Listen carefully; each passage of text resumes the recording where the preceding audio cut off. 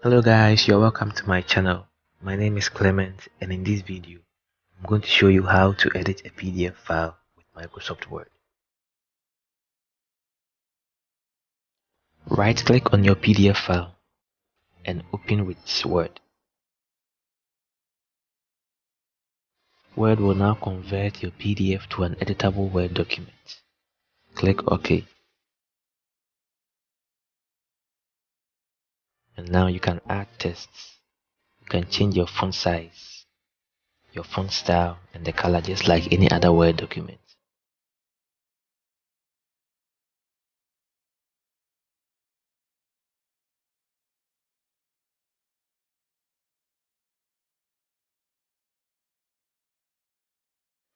I also have the links to my previous videos in the description below, so you can check them out.